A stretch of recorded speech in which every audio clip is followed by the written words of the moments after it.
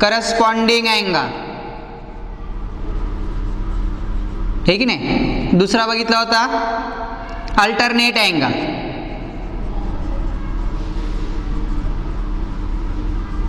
आणि तिसरा बघितला होता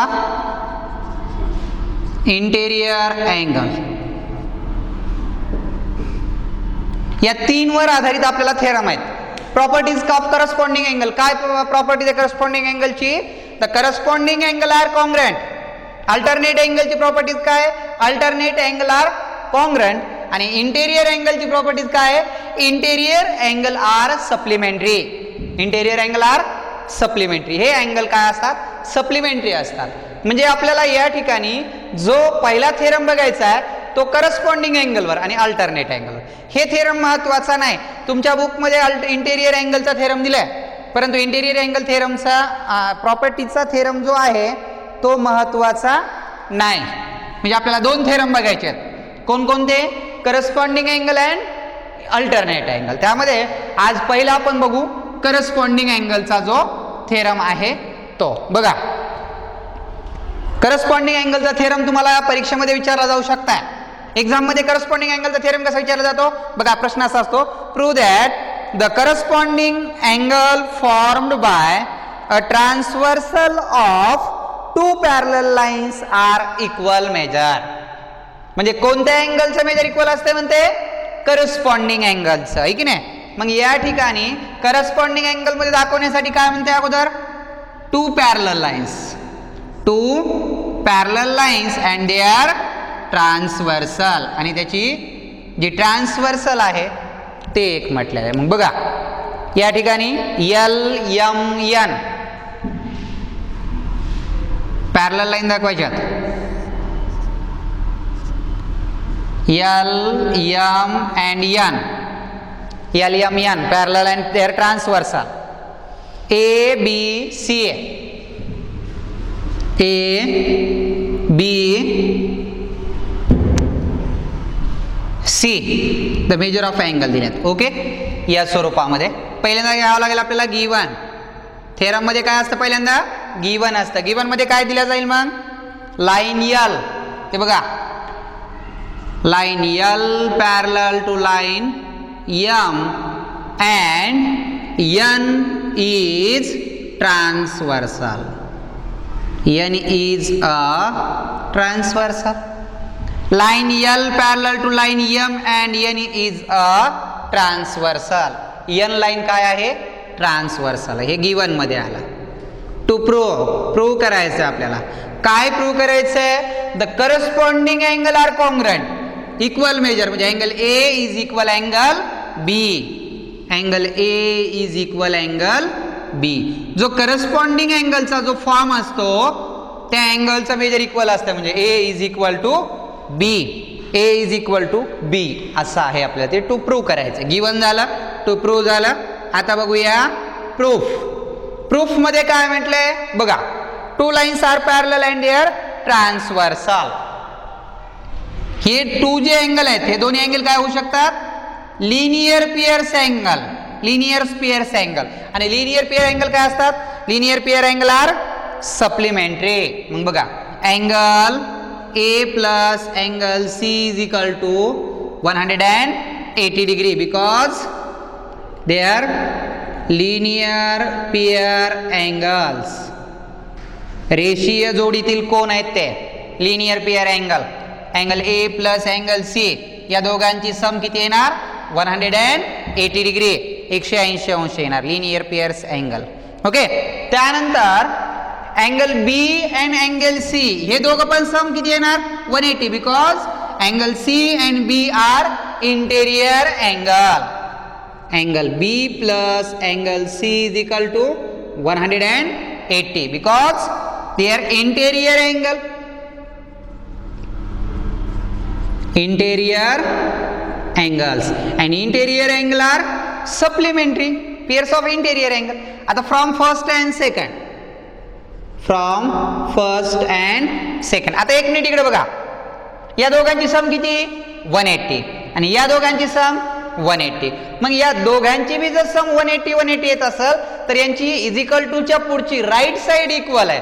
मग राईट साईड इक्वल असेल तर लेफ्ट साईड पण काय होणार, इक्वल होणार. मग from first and second angle A plus angle C is equal angle B plus angle C.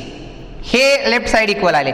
आता बघा हा बी आणि सॉरी हा अँगल सी आणि हा अँगल सी दोन्ही पॉझिटिव्ह आहेत. हा सी वाला जर इकडे आला तर काय होणार, मायनस होणार. म्हणजे सी सी कॅन्सल झाला, अँगल सी कॅन्सल झाला. म्हणजेच काय राहिलं, angle A is equal angle B. कोणता इक्वल राहिला, angle A is equal angle B. हे सी सी का कॅन्सल झाले कळलं का. हा अँगल सी पॉझिटिव्ह आहे, तो इकडे आल्यावर काय होणार, निगेटिव्ह. म्हणजे सी सी कॅन्सल झाले, म्हणजे angle A is equal angle B. झालं proof. To prove angle A is equal angle B. म्हणजे एक लक्षात ठेवा, यात फक्त दोनच रिझन आहेत. पहिलं रिझन लिनियर पेअर्स अँगल आणि दुसरं रिझन इंटेरियर अँगल. दोन फक्त रिझन लक्षात ठेवावं लागतील. म्हणजे याच्यानुसार आपण काय प्रूव्ह केलं, द करस्पॉन्डिंग अँगल. बघा हे करस्पॉन्डिंग अँगल आहेत का, angle A and angle B. The corresponding angle are congruent. Corresponding angle काय असतात, आर कॉन्ग्रंट असतात. मग हे आपण या ठिकाणी काय केलंय, टू प्रूव्ह केलंय, हे की नाही, सिद्ध करून दाखवलंय की angle A congruent angle B and two angles are corresponding angle. ते कसे आहेत, करस्पॉन्डिंग अँगल आहेत. चालतंय. याच्यानंतर आपल्याला जो नेक्स्ट अँगल किंवा नेक्स्ट थेरम आहे तो होता करस्पॉन्डिंग अँगल. आता बघायचं आपल्याला अल्टरनेट अँगल. कळलं का, हे फक्त दोन लक्षात ठेवा reason, linear pair angle and interior angle. तुमच्या बुकमध्ये पण सॉल्व्ह करून दाखवलेलं आहे, पेज नंबर 16 पेज नंबर वर तुम्हाला हा दोन्ही थेरम दिलेले आहेत. Properties of corresponding angle and alternate angle. बघा अल्टरनेट अँगल्स.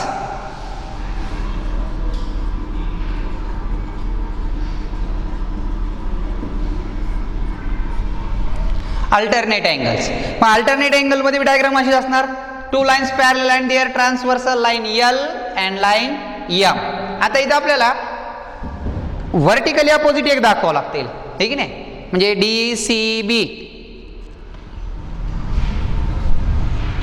किंवा वाटलं तर तुम्ही असंही म्हणू शकतात ए बी अँड सी. तुम्ही चेंजेस करू शकताय, नावं काही पण देऊ शकतात. मी तुम्हाला तुमच्या टेक्स्टबुकच्या व्यतिरिक्त मी नावं दिले तिथं. गिवन मध्ये काय म्हणता येईल सांगा, गिवन काय म्हणता येईल, गिवन काय होईल, line L parallel line M and N is transversal. N is a transversal. Given झालं. टू प्रूव्ह काय प्रूव्ह करायचंय, the corresponding angle sorry alternate angles are congruent. Alternate angle म्हणजे कोणते, जे झेडच्या स्वरूपात तयार होतात त्याला आपण अल्टरनेट अँगल असं म्हणतो, की नाही. काही असे मग झेडच्या स्वरूपात अँगल जे तयार होतात ते अल्टरनेट अँगल असतात. मग इथं झेडच्या स्वरूपात कोणता होता बघा, A and C. Angle A is equal angle C. तुमच्या टेक्स्टबुक मधले नावं वेगळे आहेत बघा, बी सी डी दिलंय, हे की नाही. बी सी डी नावं कोणतेही घ्या तुम्ही, इथं काही नावं देऊ शकतात, एक्स वाय झेड पण देऊ शकतात, काही अडचण नाही. आपल्याला प्रूव्ह करायचं आहे. टू प्रूव्ह झाला. आता प्रूफ मध्ये बघूया. बघा प्रूफ मध्ये काय करायचं आपल्याला, अगोदर हे दोन अँगल बघायचे. हे दोन अँगल कसले आहेत, लिनियर पेअर्स अँगल आहेत. बघा इथून इथपर्यंतचे लिनियर पेअर्स अँगल आहेत आणि linear pairs angle are supplementary. Angle A plus angle B is equal to 180 degree आहे, 180. Angle A plus angle B, angle A plus angle B is equal to 180 degree because they are linear pairs angle. Linear pair angles. Number 1 द्या, linear pairs angle. आता त्याच्यानंतर angle B plus angle C. Angle B plus angle C is equal to 180 degree आहे because they are interior angle. तेच reason आहे मग याचं, दे are interior angles and interior angles are supplementary. ते पण 180च असतात, हे पण 180 आलं. From first and second, from first and second, first आणि सेकंड वरून काय एक बघा, राईट साइड 180, राईट साइड 180. मग जर राईट साइड इक्वल असेल तर डेफिनेटली लेफ्ट साइड पण काय असणार, इक्वल असणार, हे की नाही. मग लेफ्ट साइड इक्वल आली म्हटल्यावर लेफ्ट साइडला कोणकोणते आहेत बघा, यामध्ये आहे angle A plus angle B is equal angle B plus angle C from first and second. A plus B is equal A B plus C. आता काय एलिमिनेट होणार इथं, हा बी पॉझिटिव्ह इकडे आल्यावर निगेटिव्ह, म्हणजे अँगल बी बी कॅन्सल झाला. Angle A is equal angle C. मग बघा प्रूव्ह झालं का. आपल्याला काय सांगितलंय, to prove angle A is equal angle C, हे दोन्ही काय करायचे होते, इक्वल दाखवायचे होते. हे झालं प्रूव्ह. म्हणजे the alternate angle are congruent, म्हणजे हा ए आणि C alternate angle and alternate angle are congruent. ठीक आहे, कळालं. म्हणजे दोन जो थेरम आहेत दोन्हींचे रिझन सेम आहेत, फक्त नावं वेगळे आहेत. इथल्याच्या ऐवजी मी इथं दिलता, म्हणजे हे लिनियर पेअर्सच आलंय आणि पुन्हा हे इंटेरियर्स. आता बी हे लिनियर पेअर्स आहेत आणि इंटेरियर, म्हणजे रिझन तेच आहे, फक्त व्हॅल्यू कशा दिल्यात बघा. करस्पॉन्डिंग अँगल म्हणलं की ए इथं लिहायचा आणि अल्टरनेट म्हणलं की इथे लिहायचा, बस एवढा चेंजेस करायचा. बाकी सगळा त्या स्वरूपातच, रिझन जे वगैरे आहेत रिझन पण तेच आहेत. ठीक आहे, कळाले का दोन्ही थेरम. आता याच्यानंतरच बघूया आपण, याच्यानंतरचा जो भाग आहे तो म्हणजे प्रॅक्टिस सेट आहे आपला. ठीक आहे, दोन्हीवर आधारित प्रॅक्टिस सेट आहे. प्रॅक्टिस सेट 2.1 बघूया आता. प्रॅक्टिस सेट हे दोन थेरम लक्षात ठेवा, तयारी करा व्यवस्थित.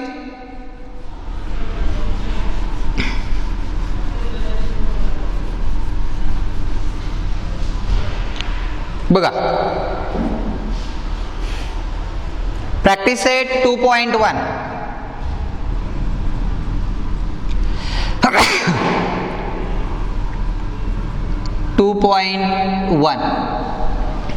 प्रॅक्टिस सेट 2.1 यामध्ये फर्स्ट नंबर क्वेश्चन दिलाय, पॅरलल दाखवलंय PRMS.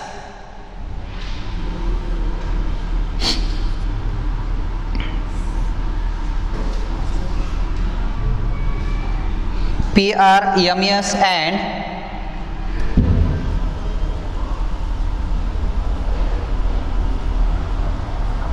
DK.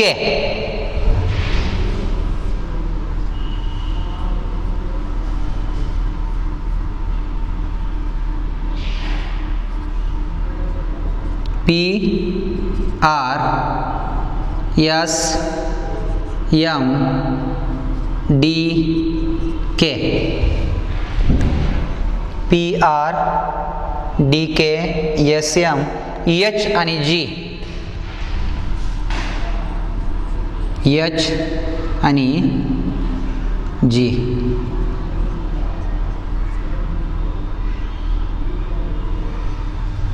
बघा यामध्ये एक दिला आपल्याला 85 डिग्री, हा जो आहे तो 85 डिग्री दिला आहे. देन फाइंड, आता याच्यावरून आपल्याला फाइंड करायचं आहे. क्वेश्चन नंबर फर्स्ट सांगितलं आहे line PR parallel line SM and DK is transversal. DK is a transversal. DK transversal म्हटलं. ओके, त्यानंतर गिवन मध्ये सांगितलं angle DHP, angle DHP,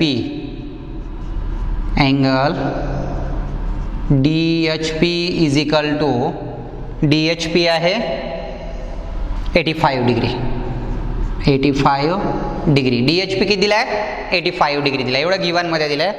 then find the measure. पहिला नंबर 1 दिला अँगल, कोणता फाइंड करायचा आहे, angle RHD. Second number PHG आणि 3 नंबर आहे HGS आणि 4 नंबर आहे MGK 4 नंबर आहे MGK 4 आहेत. ओके, सोल्युशनमध्ये बघूया. पहिला अँगल RHD, कुठे RHD बघा इकडं RHD हा अँगल काढायचा. बरं, या दोन अँगलचं रिलेशन काय माहिती आहे तुम्हाला दोन्ही अँगलचं रिझन काय माहिती आहे तुम्हाला? एक मिनिट बघा. RHD अँड DHP हे two angles are linear pairs angle. काय आहेत ते? लिनियर पेअर्स अँगल आहेत. मग त्याच्यानुसार काढता येतं आपल्याला. हे गिवन मध्ये लिहिलं एवढा. मग काय म्हणता येईल आपल्याला बघा. Angle DHP plus angle RHD is equal to 180 degree आहे. Because they are linear pairs angle. They are linear pair angles. रेषीय जोडीतील कोण आहेत ते? Linear pairs angle. DHP किती आहे?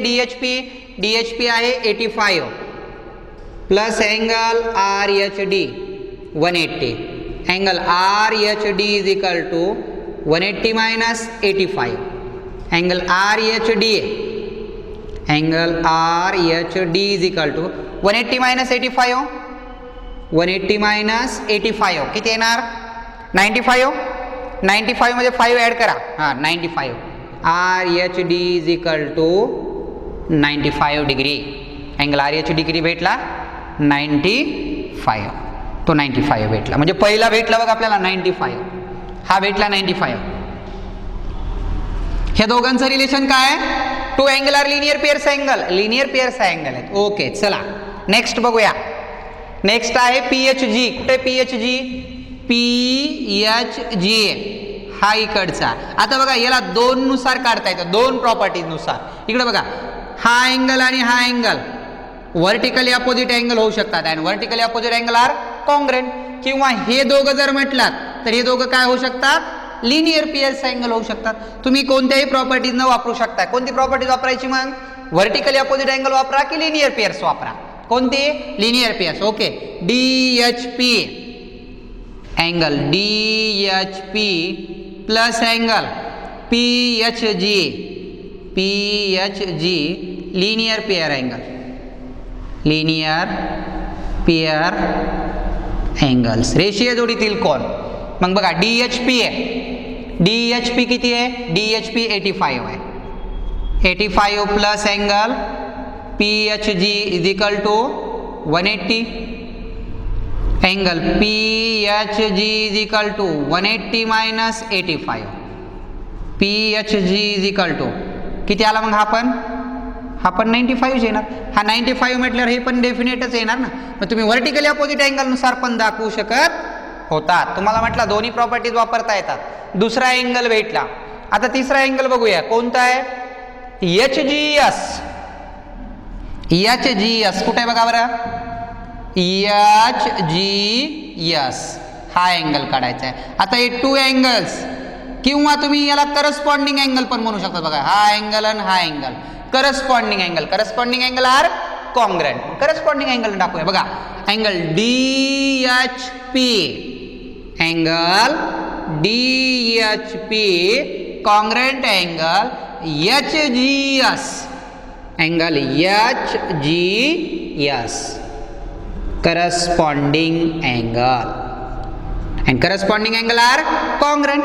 मग DHP किती आहे? Angle DHP is equal to 85. Therefore angle DHP जर 85 असेल तर अँगल HGS हा पण किती आला? 85 आला. 3 नंबरचा आला 85. आता एक लास्ट नंबरचा राहिला 4 नंबर. चौथ्या नंबरचा राहिला. कोणता आहे? Angle MGK. कुठे MGK बघूया. हे बघा 85 आहे. MGK कुठे आहे? MGK हा इकडचा अँगल.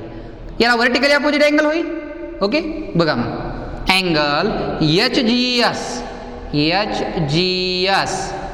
Congruent angle MGK